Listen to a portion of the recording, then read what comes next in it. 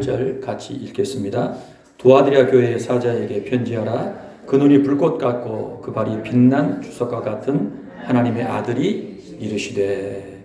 오늘은 요한계시록 7교회 가운데 네 번째로 두아디라 교회에 대해서 함께 말씀을 배우겠습니다. 두아디라는 어떤 곳입니까? 두아디라는요, 버가모라는 곳과 사대를 잇는 이 길목에 위치한 길목 도시입니다. 항구 도시는 아니지만 이 버가모와 이 사대, 이 번창한 도시들 간을 연결하면서 중요한 상업 도시로서 발달했습니다. 다른 도시들에 비해 특징이 있는데요, 바로 상인들의 동업조합인 길드가 많았다라는 것입니다. 그래서 모든 기능공들이나 숙련공들은 이 동업조합인 길드에 가입을 해야만 했어요. 그래서 두아디라에 있어서 이 길드의 영향력이라고 하는 것은 굉장히 막강했습니다. 양털 제조업자, 세마포 직조공, 겉옷 제조업, 염색업자, 가죽 제품 상인, 제역업자, 토기장인, 식빵 제조업, 노예상인, 구리생업업자 등 다양한 계층들로 길드가 형성이 되어 있었는데요. 이들 가운데 가장 두드러진 길드가 뭐냐라고 하면 구리세공인과 염색 세공업자들이었어요. 그런데 이 동업조합들마다 각각 섬기는 수호신들이 있었습니다. 그래서 신전이 있고 수호신에게 제사를 드린 다음에 그들이 축제를 벌였는데요. 그 신을 섬기는 현장에는요, 굉장한 성적으로 타락한 음란한 일들이 많이 벌어졌어요. 그런데 그 일들을 각자의 길드에서 행했기 때문에 그 길드에 속한 사람 누구나 다 참여해서 그 수호신에게 제사를 지내야 했고, 또 그 제사 후에 일어나는 성적인 음란한 그 일들에도 동참해야 했던 것입니다. 그래서 만약에 길드를 참여하지 않는다던가, 그리고 그 수호신 축제에 참여하지 않는다, 그러면은요, 그 사람은 그 동업조합 내에서 또 두아디라 내에서 신용과 어떤 경제적인 문제, 사업상에 있어서 큰 피해를 입어야만 했던 것입니다. 그리고요, 이 두아디라고 하는 것은요, 제우스의 아들 아폴로가 수호신으로서 섬기는 도시였어요. 그리고 아폴로는 또 로마 황제의 수호신으로 사람들이 알고 있는 것입니다. 그래서 제우스의 아들인 아폴로가 다스리는 도시요, 또 황제의 숭배가 만연한 그런 도시로 저와 여러분이 이해하면 될 것 같아요. 우리가 이 두아디라에 유명한 사람이 한 명 있죠. 성경에 등장하는 누굴까요? 루디아. 루디아라고 하는 사람은 자주 옷감 장수다라고 되어 있는데요. 두아디아 지역은 특별히 자주색 옷감이 굉장히 유명했어요. 당시는 조개로 옷감을 만들었는데, 이 두아디라에서는요, 이 꼭두손이라는 그 식물, 그 나무 뿌리에서 이 자주색을 채취해가지고 옷감을 만들었습니다. 그래서 값도 굉장히 비싸고 유행이었던 건데요. 바로 이 루디아라고 하는 여자가 두아디라 출신이었던 것입니다. 우리 사도행전 16장을 볼까요? 자, 성수야, 사도행전 16장을 잠깐 봅시다. 앞으로 넘어가고, 그럼 놔두자. 자, 사도행전 16장에 가서 보면은 바울이 2차 선교 여행을 하던 장면이 나오거든요. 2차 선교 여행은 바울이 굉장히 시작부터 힘들어서 마지막까지 힘들었던 선교 여행 중에 하나입니다. 선교 여행이 다 힘들지만 특별히 2차가 힘들었어요. 왜 힘들었을까요? 시작할 때부터 바나바라고 하는 동역자와 싸움이 일어나요. 누구 때문에?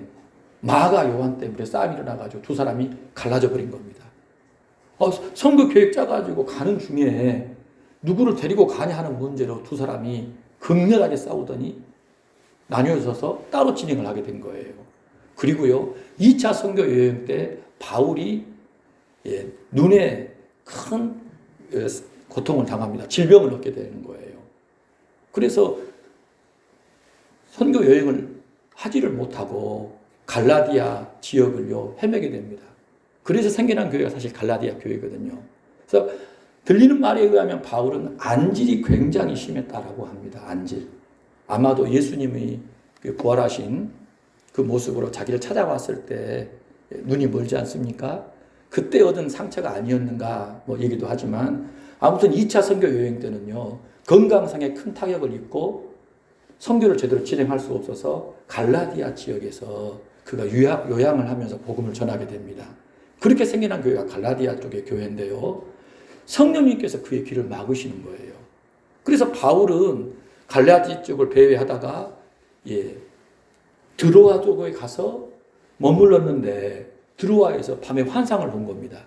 환상을 보았는데 유럽의 마케도니아 지역의 사람이 우리를 도와주라는 말을 하는 거예요. 그 말을 듣고 하나님의 뜻을 알고서 바울은 곧장 빌립보로 넘어간 겁니다.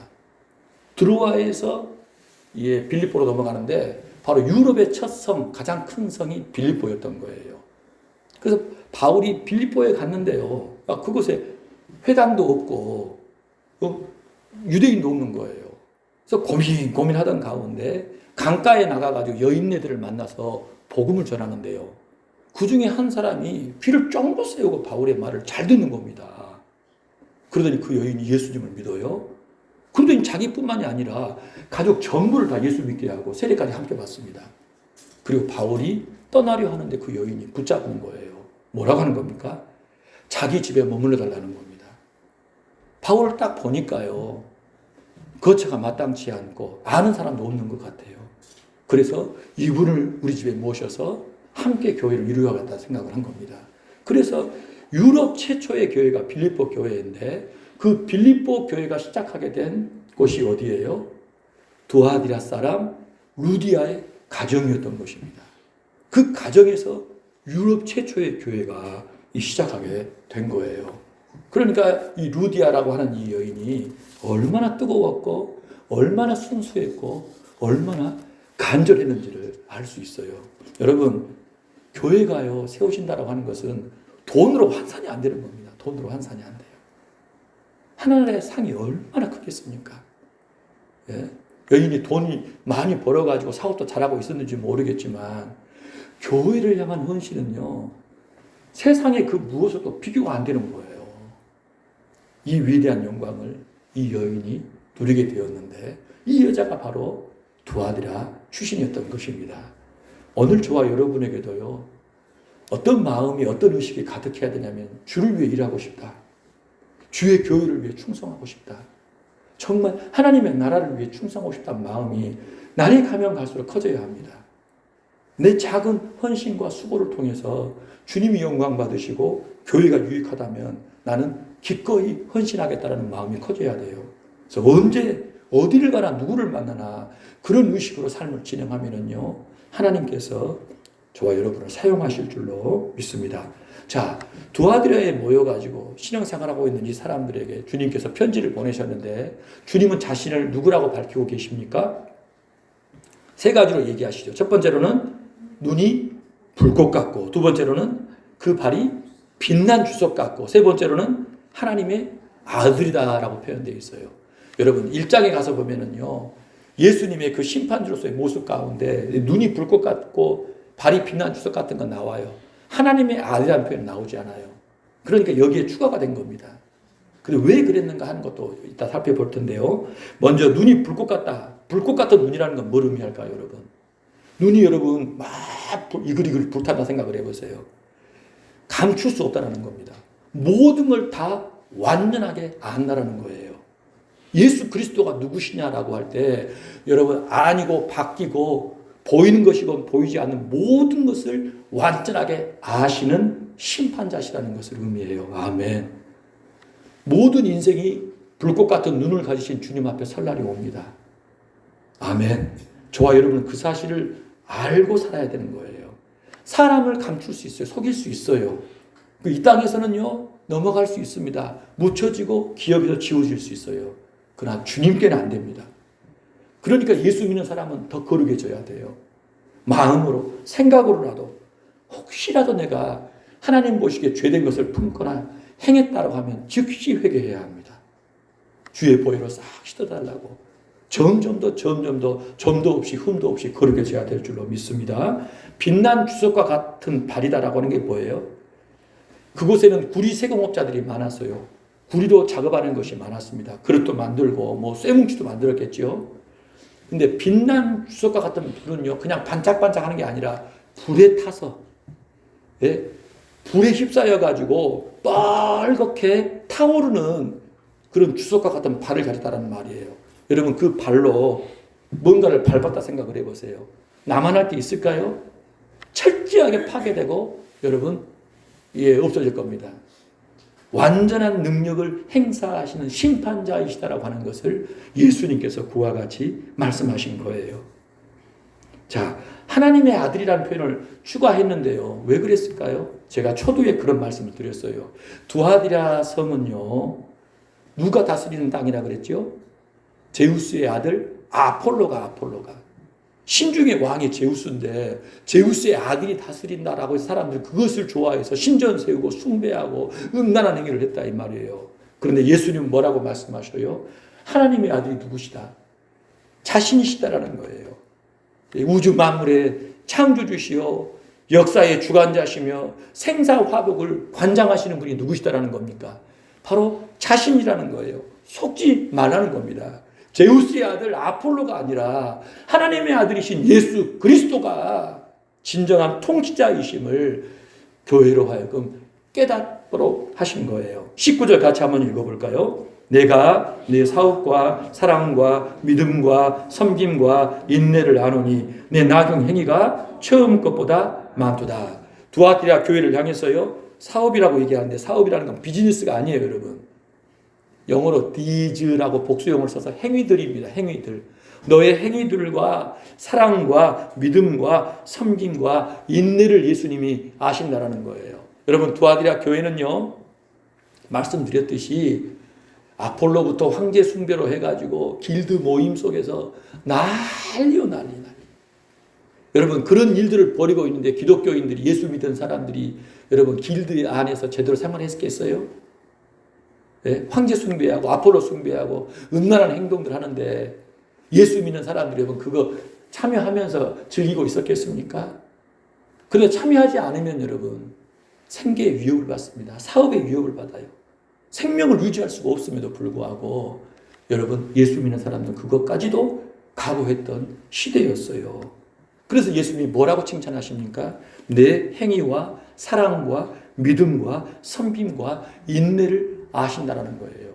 주님의 눈에도 이미 그게 확인이 되었다라고 하십니다.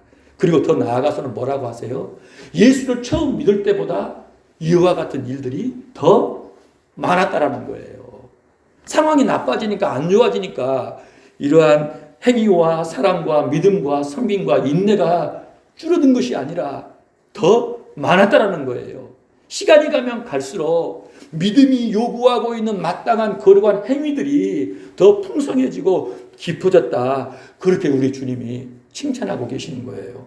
오늘 저와 여러분도 살펴봐야 해요. 나 예수 믿은 다음에 예수 믿는 사람으로서 마땅히 드러나야만 되는 그런 성품이나 행위들이 자라가고 있는지 깊어져 가고 있는지를 점검해야 되는 것입니다. 여러분 베드로후서를 보세요. 베드로후서를 보세요. 자, 여러분 우리가 강조했던 내용인데요. 그의 신기한 능력으로 생명과 경건에 속한 모든 것을 우리에게 주셨다라고 합니다. 자기의 영광과 덕으로서 우리를 부르신 이를 알므로 말미암음인데 지극히 보배롭고 큰 약속을 우리에게 주사 약속으로 말미암아 정욕 때문에 세상에서 썩어질 것을 피하여 신성한 성품에 참여하는 자가 되게 하려 하셨다라고 합니다.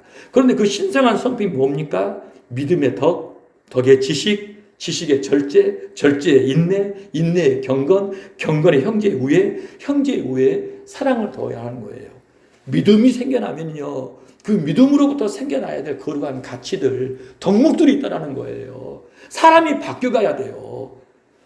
열거한 신성한 성품의 내용들이 점점 더 깊어지고 풍성해져야 한다는 겁니다. 그래서 뭐라고 얘기합니까? 이런 것이 너희에게 있어 흡족한즉, 이때 흡족한즉 우리 주 예수 그리스도를 알게 게으르지 않고 열매 없는 자가 되지 않게 하려니와, 이런 것이 없는 자는 뭐라고요? 맹인, 시각장애인이라는 거예요. 예수 믿고도 그런 것이 나타나지 않는 사람은 맹인이라는 거예요. 볼 것을 보지 못하고 지금 제 길을 바로 못 가고 있다는 얘기입니다.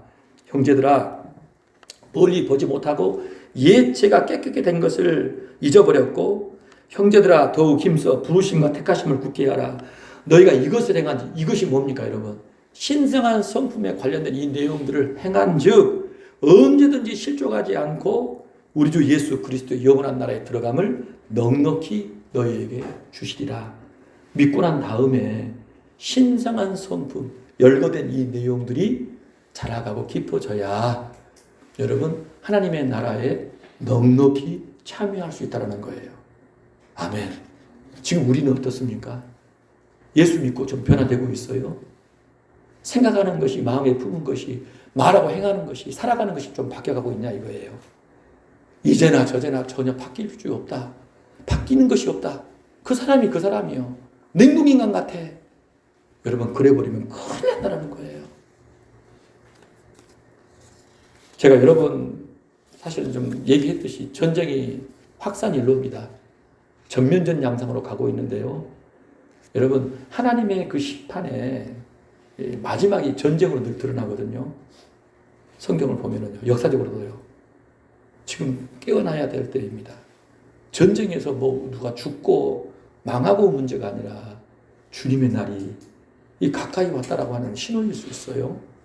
지금 영적으로 깨어나야 합니다. 믿음을 추스리고 회복해야 될 시점인 것 같아요. 20절과 21절 같이 한번 읽어봅시다. 그러나 내게 책망할 일이 있노라. 자칭 선자라는 여자 이세벨을 내가 용납함이니 그가 내 종들을 가르쳐 꾀어 행음하게 하고 우상의 재물을 먹게 하는도다. 또 내가 그에게 회개할 기회를 주었을 때 자기 음행을 회개하고자 하지 아니하는도다. 시간이 갈수록 더 좋은 모습으로 잘 진행한 줄 알았는데요. 이 두아디라 교회에도 심각한 문제가 있었던 것입니다. 사람들의 눈에는 드러나지 않았는데 이 불꽃 같은 눈을 가지신 그 주님의 눈에 모든 것이 다 드러나 버렸던 겁니다. 주님은 다 보고 계셨어요. 여러분 그 문제가 뭡니까? 바로 교회 안에 발생한 우상 숭배와 음행 문제였던 거예요. 여러분 그 우상 숭배와 음행의 발원지가 누굽니까? 바로 이세벨이라고 말하는 여자. 자기 스스로 내가 선지자야라고 말하는 이세벨이라는 여인 때문에 교회 안에 우상 숭배와 음행이 들어오게 되었다는 겁니다. 이세벨이라는 그 이름이 실제 인물이냐 이름이냐 아니냐에 대한 이야기가 많은데 대부분의 학자들은요. 실제 인물이 아니다. 이름은 따로 있는데 이 구약에 등장하는 이세벨이라고 하는 그 여자를 상징적으로 표현한 것이다. 그렇게 얘기를 합니다. 여러분 구약 이스라엘이 존재하는 그 이유가 무엇입니까? 하나님을 왕으로 모시고 그분만을 섬기는 제사장 나라가 되는 것입니다. 그렇죠? 하나님이 왕이시고 그분을 절대적으로 섬기는 나라가 바로 이스라엘이에요. 그 목적을 위해 하나님이 이스라엘을 세우셨는데 여러분 역사를 보면은요. 그 하나님의 그 목표가 바람 앞에 등불, 벼랑 끝에 내몰린 순간들이 왕왕 등장합니다. 그 가운데 한 사건이 뭐냐면요. 7대 왕 아합 때예요. 아합 때. 이 아합 왕 때 그런 일이 발생을 했어요. 표를 잠깐 볼까요? 자, 여러분 보세요. 북이스라엘이 있고 남유다가 있죠. 오므리 왕, 오므리라는 사람이 북이스라엘 왕이 됩니다. 왜 나라가 나뉘게 되죠? 솔로몬이 타락해가지고 그 아들 때 나라가 두동강이 나요. 그런데 7번째 왕인 오므리 그리고 8번째가 그 아들 아합인데 아합이라는 사람이 누구랑 결혼합니까? 이세벨이라고 하는 시돈의 공주와 결혼을 해요. 근데 이 시돈 공주는요, 아버지가 바알의 제사장입니다. 그래서 어렸을 때 뭘 배워요? 바알 숭배를 아주 철저하게 배운 여자예요. 그래서 이 아합과 이세벨이 결혼을 해서 자녀를 낳습니다. 아시야, 요람, 아달랴가 나와요. 자, 그런데 이 남유다 때 누구 왕이 있어요? 여호사밧이 있습니다. 여호사밧 왕은 굉장히 경건한 왕. 하나님 백성들을 바르게 이끌려고 몸부림을 쳤던 왕이에요. 그런데 이 왕이 굉장히 잘못한 일이 한 가지가 있어요. 뭡니까? 나라가 두동강이 났으니까 합치하겠다. 하나로 만들자 하기 위해서 뭐 한 겁니까? 바로 이 아합과 사돈관계가 되는 거예요. 예? 나라가 나뉘어져 있지만 여러분 사실은요. 성격은 완전히 다릅니다. 여기는 하나님 신앙을 유지하고 있어요. 여기는요. 초대 왕부터 엉망으로 가고 특별히 아합 시대에는요. 이세벨과의 결혼으로 두 사람이 한 일이고 이 부부가 한 일이요. 여호와의 신앙을 아예 없애고 나라를 어떤 나라로? 바알 숭배 국가로 만들려고 했던 거예요. 그래서 굉장히 위험한 시기. 여러분 그 열왕기상 16장부터 23장까지가요 아합 이야기예요. 이 악한 왕 이야기가 그렇게 길게 등장을 하는 거예요. 왜요? 성격 자체를 바꿔버린 시기였기 때문에. 그래서 이세벨이라는 여자가 들어와가지고 결국엔요 이 나라가 여기만 문제가 생기는 것이 아니라 여기까지 문제가 생겨요. 왜요? 이 아달랴라고 하는 여자가 누구와 결혼한 겁니까? 사밧의 아들 여호람과 결혼을 해요. 예? 결혼해서 어떻게 될까요? 이 사람이 하나님 말씀 안 듣습니다. 창자가 다 빠져나와서 죽어요. 죽고 나니까 어때요? 아들을 세웠는데 아들이 얼마 못 삽니다. 얘도요. 그러니까 어때요? 이 아달랴라고 하는 이세벨의 딸이 유다 왕조 씨를 말려버립니다. 다 죽여요, 다. 유다 왕족들을 다 죽인 겁니다. 하나만 남아요, 하나만. 누구요? 요하스라고 하는 7살짜리가 남은 거예요. 이 아이가 어떻게 살아남은 겁니까? 고모가 제사장의 부인이에요. 그래서 성전에 숨어서 산 겁니다. 7년 동안을요. 그래서 생명이 연명이 되고 이 제사장이 쿠데타를 일으킨 거예요. 그래서 아달랴를 몰아내고 다시 요하스를 왕으로 세워서 유다 다윗 가문이 명맥을 유지할 수 있게 된 것입니다. 그러니까 여기를 보면 어때요? 이 아합이라는 사람이 뭘 그렇게 잘못했는가라고 할 때요. 자, 열왕기상 16장을 한번 보시겠어요? 자, 보세요. 유다 왕 아사왕 38년에 오므리 아들 아합이 이스라엘 왕이 되죠. 오므리 아들 아합이 몇 년간? 22년간 이스라엘 다스리죠. 그에 대한 평가를 보십시오. 오므리 아들 아합이 그 이전의 모든 사람보다 여호와 보시기에 악을 행하여 느바스의 아들 여로보암 초대 왕입니다. 그 죄를 따라 행하는 것을 오히려 가볍게 여기고 어떻게 해요? 시돈 사람의 왕 엣바알의 딸 이세벨을 아내로 삼고 가서 바알을 섬겨 예배하고 사마리아에 건축한 바알의 신전 안에 바알을 위하여 제단 쌓고 아세라상을 만들었으니 그는 그 이전에 이스라엘 모든 왕보다 심히 이스라엘 하나님 여호와를 노하시게 하였더라. 그래서 한 일이 뭡니까? 우리가 잘 알듯이 바알 선지자 450명, 아세라 선지자 400명을 왕궁에 데려다가 먹인 거예요. 나라 돈으로. 그리고 여호와의 제사장들은 선지자들은 어떻게 해요? 다 잡아 죽였어요. 그때 그 제사장들을 50명씩 100명씩 감춰서 공개한 사람이 누굽니까? 오바댜라고 하는 그 신하가 그 일을 행합니다. 하나님께서는 이 시대가 너무너무 악해서 하나님의 구원 계획이 완전히 무너질 것을 아시고 강력한 선지자들을 보내세요. 그들이 누구예요? 엘리야, 엘리사. 이 시대 가운데 사역했는데 여러분 이세벨이 엘리야가 호렙산에서 갈멜산에서 영적 전투에 승리하는 걸 어떻게 해요? 너 내일까지 내 목숨이 붙어있으면 내가 성을 갈겠다고 한 겁니다. 엘리야를 죽이려 한 거예요. 그래서 엘리야가 도망을 갑니다. 그래서 로데나 마을에서 죽여달라고 한 거예요.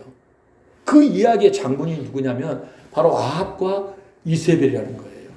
그런데 아합과 이세벨도 결국 어때요? 죽습니다. 비참하게 죽어요.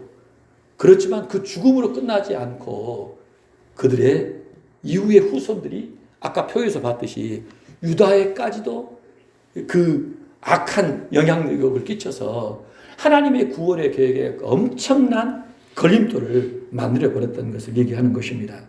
그러니까 이세벨 그 한 사람의 출현, 바로 북이스라엘, 남유다 모두 바알 숭배의 강력한 그 영향력을 받아서 그 시대가 거기에 빠져 허우적거리게 만들었던 것입니다. 그래서 구약 이스라엘의 성격을 여러분 비틀고 뒤집어버린 그 음녀가 누구냐라고 하면은요, 이세벨이에요. 그런데 예수님께서는요, 지금 두아드리아 교회에 이세벨이 있다라고 얘기한 겁니다. 이세벨이 있다라는 거예요. 이 여인은요, 선지자입니다, 선지자. 그리고 이 여인이 유혹한 대상들은 누구예요? 주의 종들이에요. 그러니까 그냥 뜨내기처럼 들락날락하는 사람들이 아니라 하나님을 신실하게 섬기는 종들을 이 여인이 거짓된 가르침으로 포섭을 해가지고 그들을 범죄케 하고 거기에 빠져나오지 못하게 묶어매고 온갖 악한 일들을 회개하지 않고 강행하도록 만들었던 거예요. 그러니까 교회는 외적으로 일들을 활동들 믿음의 선한 행위들을 하는데 내부적으로는요 이와 같이 심각한 상황 속에서 교회가 빠져나오지 못한 채 여러분 허우적거렸다는 것입니다. 자, 이런 상황 가운데 예수님께서 여러분 두아디라 교회에 어떤 말씀을 주실까요? 22절과 23절 읽어볼까요? 볼지어다 내가 그를 침상에 던질 터이요 또 그와 더불어 간음하는 자들도 만일 그의 행위를 회개하지 아니하면 큰 환난 가운데 던지고 내가 사망으로 그의 자녀를 죽이리니 모든 교회가 나는 사람의 뜻과 마음을 살피는 자인 줄 알지라 내가 너희 각 사람의 행위대로 갚아주리라. 이세벨에게 주님이 뭐라고 얘기하셔요? 침상에 던진다라는 겁니다. 주의 종들과 침상에서 더불어서 음행을 했는데 주님이 그 여인을 어디다 던진다고요? 침상에 던져버리겠다는 겁니다. 무슨 얘기예요? 중병을 주겠다는 거예요. 예? 병을 줘서 침상에서 걸어 나오지 못하게 만들겠다는 것입니다, 여러분. 무서운 얘기예요. 이 침상은 뭡니까? 중병, 질병, 고통의 침상인 겁니다. 음행과 쾌락과 타락의 그 침상에서 노니까 주님께서는요, 고난의 침상으로 던져버리겠다는 것입니다. 그리고요, 그와 더불어 간음하는 자들에서 어떻게 얘기하셔요? 회개하지 않으면 예수 믿고 주의 종들이라 하면서 그 여인과 더불어 간음한 것에 대해 회개하지 않으면 어떻게 한다는 거예요? 그 사람들은요. 큰 환란에 던져버리겠답니다. 그리고 이세벨의 자식들, 이게 실제 자식인지 아니면 완전히 그 여인에게 달라붙어서 추종하는 세력인지는 확실치 않지만 그녀의 이세벨의 자식들은 어떻게 한다고요? 죽이겠다라고 얘기하시는 거예요. 그러니까 여러분 보니까요. 세 종류가 등장을 하죠. 하나님의 심판에 대해서 예수님의 심판. 첫 번째 이세벨은요. 고통의 중병의 침상에 던져버리신다. 그리고 그녀와 간음하는 자들은 어떻게 하신다. 회개하지 않으면 큰 환란에 던지시겠다. 그렇죠? 이세벨의 자식들은 어떻게 하겠다. 죽이시겠다. 그렇게 지금 심판을 말씀하신 겁니다. 자, 24절과 25절 읽어볼까요?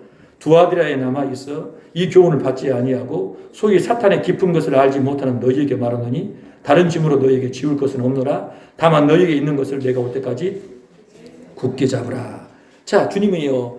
어떤 사람을 또 얘기하시죠. 어떤 사람들입니까? 두아디라의 남은 자 가운데 어떤 사람? 이 교훈을 받지 않는다. 이 교훈은 뭐예요? 이세벨의 교훈. 이세벨이 말하는 거짓된 그 교훈을 듣지 않는 사람, 받아들이지 않는 사람. 좋은 사람이면 나쁜 사람이에요. 좋은 사람이죠. 그리고 소위 사탄의 깊은 것 알지 못하는 너희.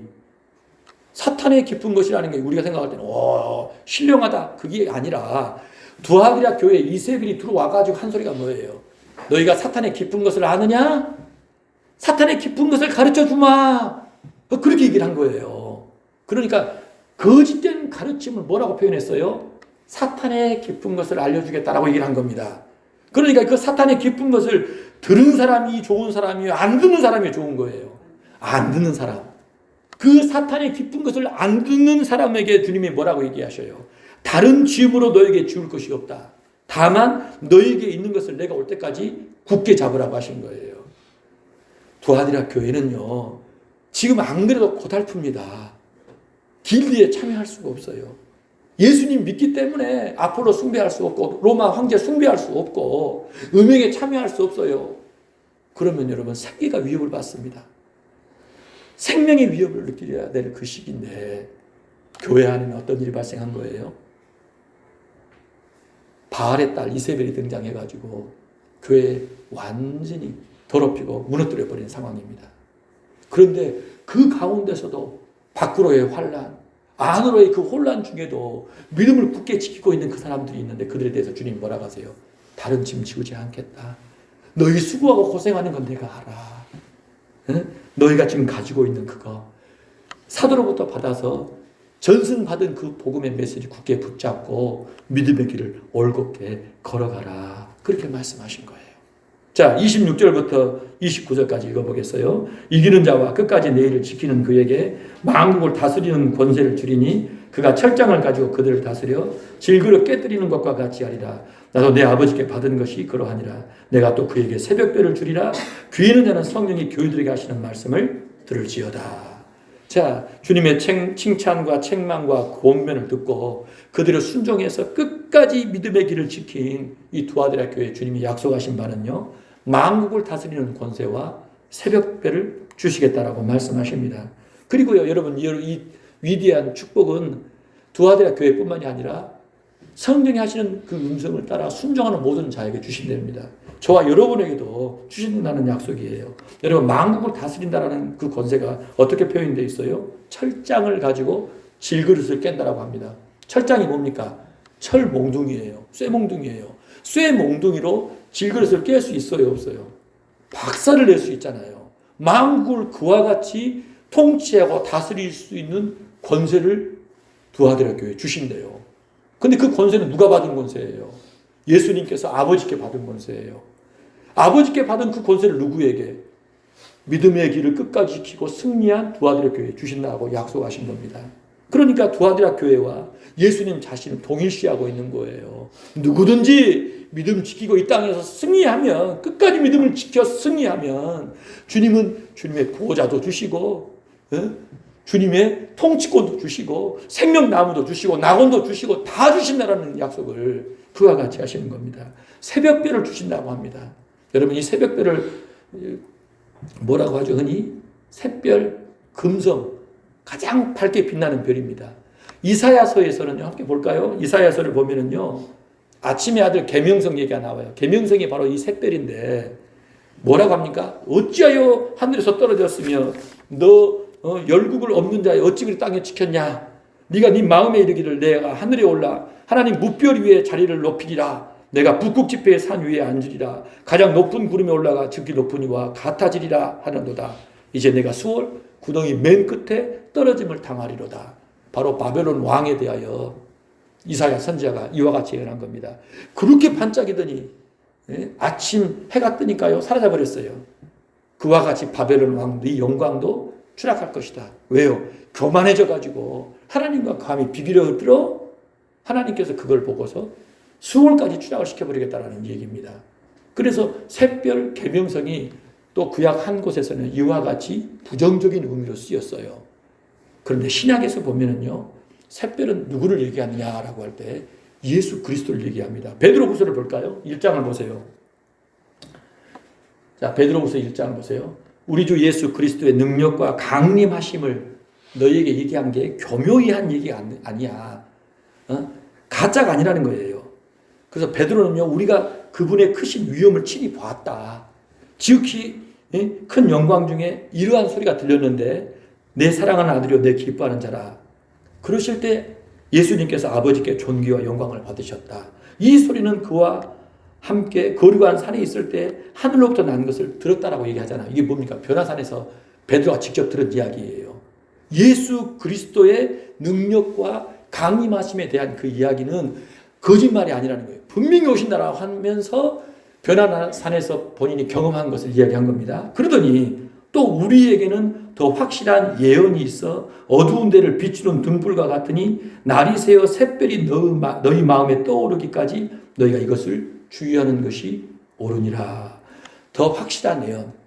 변화산에서 경험한 것보다 더 확실한 예언이 뭡니까? 예수 그리스도 그분이 오셔서 그분의 나라가 임하는 것. 여러분, 그것은요 환히 비치는 샛별처럼 확실하다는 거예요. 예수 그리스도 그분의 나라가 임하는 것처럼 확실한 것이 없다라고 베드로 사도는 증거하고 있는 거예요. 계시록 22장 16절을 볼까요? 자, 같이 한번 읽어봅시다. 나 예수는 교회들을 위하여 내 사자를 보내어 이것들을 너희에게 증언하게 하였노라. 나는 다윗의 뿌리요 자손이니 곧 광명한 새벽별이라. 새벽별은 누구를 얘기하느냐라고 할 때 예수 그리스도예요. 그리고 그분의 나라예요. 그러니까 두아디라 교회를 향해서 주님이 새벽별을 주신다는 건 뭡니까? 그분 자신과 그분의 나라와 그분의 그 영광을 주신다는 것입니다. 예수님은요, 그분을 믿는 사람들을 그분 자신과 동일시하고 계셔요. 우리는 내가 얼마나 되랴, 나 같은 게, 나를 얼마나 하나님이 사랑하시라, 이렇게 얘기를 하고 있지만, 예수님은요, 우리를 자신과 동일시 하셔요. 자신과 동일한 그 선상에서 바라보시고, 권면하시고, 약속하시고, 미래에 대해서 말씀하고 계신다는 거예요. 그래서 주님이 누리고 있는 모든 영광을 우리가 동일하게 다 누릴 수 있도록 우리 주님께서 약속하셨다는 사실을 기억하시길 바랍니다. 주께 사랑하시는 성도 여러분, 오늘 저와 여러분이 두아드라 교회에서 잠깐 이렇게 배웠어요. 분량이 굉장히 많은데 짧은 시간에 지금 이렇게 막 압축해서 진행을 하고 있는데요. 온 세상이 로마를 신으로 믿는 그 시대에 특별히 제우스의 아들 아폴로를 자신들의 수호신으로 믿고 그를 위해 제사하고 그에 따르는 음란한 의식들을 행하는 사람들 속에서 그걸 거부하고 피할 경우 생계와 생존마저 보장받을 수 없었던 이 두아드라 교회 성도들을 생각하게 됩니다, 여러분. 예수님을 믿고 따르면은요, 그 무엇도 보장받을 수가 없었던 중에도 믿음을 지켰고요, 선한 행실을 멈추지 않아서 처음의 행위보다 더 많은 행위를 했다라고 주님이 칭찬하시는 교회였던 것입니다. 정말 대단한 겁니다. 정말 대단한 교회예요. 그럼에도 여자 선지자 이세벨이 이 거짓된 가르침과 음행으로 거룩한 주님의 종들이 무너지게 되어버렸습니다. 교회가 진행의 방향을 잃고 헤매는 모습을 보이기 시작했어요. 여러분, 이 문제가요, 이 두아드라에 있는 교회뿐만이 아니라 그 근처에 있는 모든 교회까지 전이되고 있는 그런 상황을 우리 주님이 아셨던 것입니다. 이제 확산되는 것은 시간 문제였기 때문에 우리 주님께서는요, 두아드라 교회를 향하여 엄히 문책하시고 지금 경고하고 계신 겁니다. 그렇지 않으면요, 교회가 설 수 없다고 판단하셨기 때문입니다. 그래서 교회로 하여금 뭐 하라는 거예요? 회개하라는 것입니다. 회개해야만 교회가 정신을 차리고 바로갈 수 있다라고 말씀하신 거예요. 두아드라 교회를 보면서요, 오늘 우리 시대를 다시 한번 살펴보게 됐습니다. 이 죄악에 관영한 세상을 헤쳐나가는 교회가요, 당면하고 있는 문제가 얼마나 많고 크고 또 질긴지 여러분 새삼 깨닫게 됩니다. 우리가 지금 신앙생활을 하고 있는데요, 들려지는 이야기들 보세요. 이 첨단 일대에서도 교회들마다 들려지는 그 이야기들이 여러분 난리가 아닙니다. 밖으로의 환란, 안으로의 혼란이 여기저기서 다 터져나오고 있는 여러분 그런 시대 속에서 저와 여러분은 주님의 나라를 향하여 쉬지 않고 진군해야 한다는 사실입니다. 우리의 싸움은 절대 질 수가 없는 싸움입니다. 중단할 수가 없는 싸움이라는 사실이에요. 그 싸움에서 이기는 길은 뭐밖에 없습니까? 우리의 시선을 주님께 고정하는 길밖에 없어요.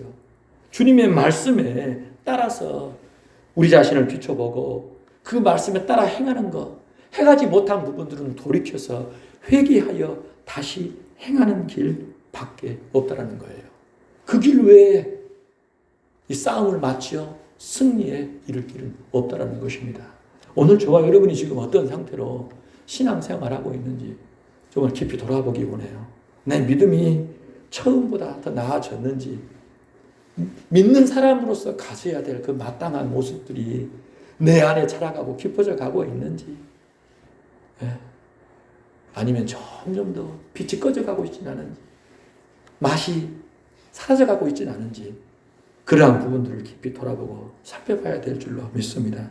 싸움이 마치는 그날까지 우리가 당면한 믿음의 선한 싸움에 충성하여 승리하는 저와 여러분 모두가 되기를